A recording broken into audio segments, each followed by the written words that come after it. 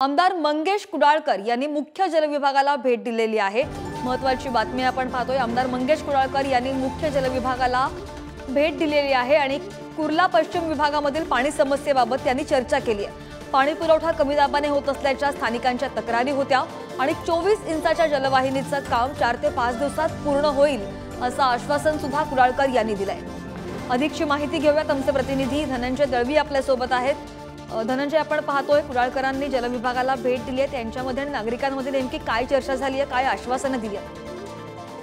श्रद्धा, आपण जर पाहिलं तर कुर्ला पश्चिम या विभागात पाण्याची मोठी समस्या पाहायला मिळाली। आपण पुढारीच्या माध्यमातून ही समस्या जी आहे ती मांडली होती आणि याची दखल जी आहे ती स्थानिक आमदार मंगेश कुडाळकर यांनी घेतली। स्थानिकांच्याही बऱ्याच तक्रारी ज्या आहेत त्या त्यांच्यापर्यंत होत्या, पुढारी न्यूजकडे आल्या होत्या आणि त्यानंतर आपण या परिसरातील बातमी दाखवल्यानंतर आता ज्या ठिकाणी काजूपाडा विभाग आहे, जलवाहिनी विभाग आहे, त्या ठिकाणी आमदारांनी भेट दिली। त्या ठिकाणी 18 इंचाची जलवाहिनी होती आणि त्या ठिकाणी आता 24 इंचाची जलवाहिनी करण्याचे काम जे आहे ते आज रात्रीपासून सुरू होत आहे।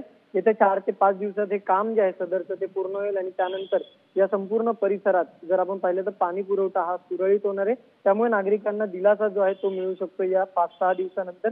पण आपण जर पाहिलं तर कशी भीषण परिस्थिती या संपूर्ण परिसरातली आहे ही आपण पुढारीच्या माध्यमातून दाखवली होती। आपण जर पाहिलं तर याच कुर्ला पश्चिम भागातील टक्क्यावाड किंवा डॉक्टर बाबासाहेब आंबेडकर चौक, हनुमान गल्ली, दत्तगुरु मंडळ, सर्वेश्वर मंदिर रोड या ठिकाणी कमी दाबाने पाणी पुरवठा होत होता आणि याच सगळ्या स्थानिकांच्या तक्रारीवरून आज त्या ठिकाणी आमदारांनी भेट घेतलेली आहे। त्यामुळे पाणी पुरवठा जेव्हा सुरळीत होईल तेव्हा नागरिकांना दिलासा मिळणार आहे। धन्यवाद तुम्ही दिलेल्या सगळ्या सविस्तर माहितीसाठी।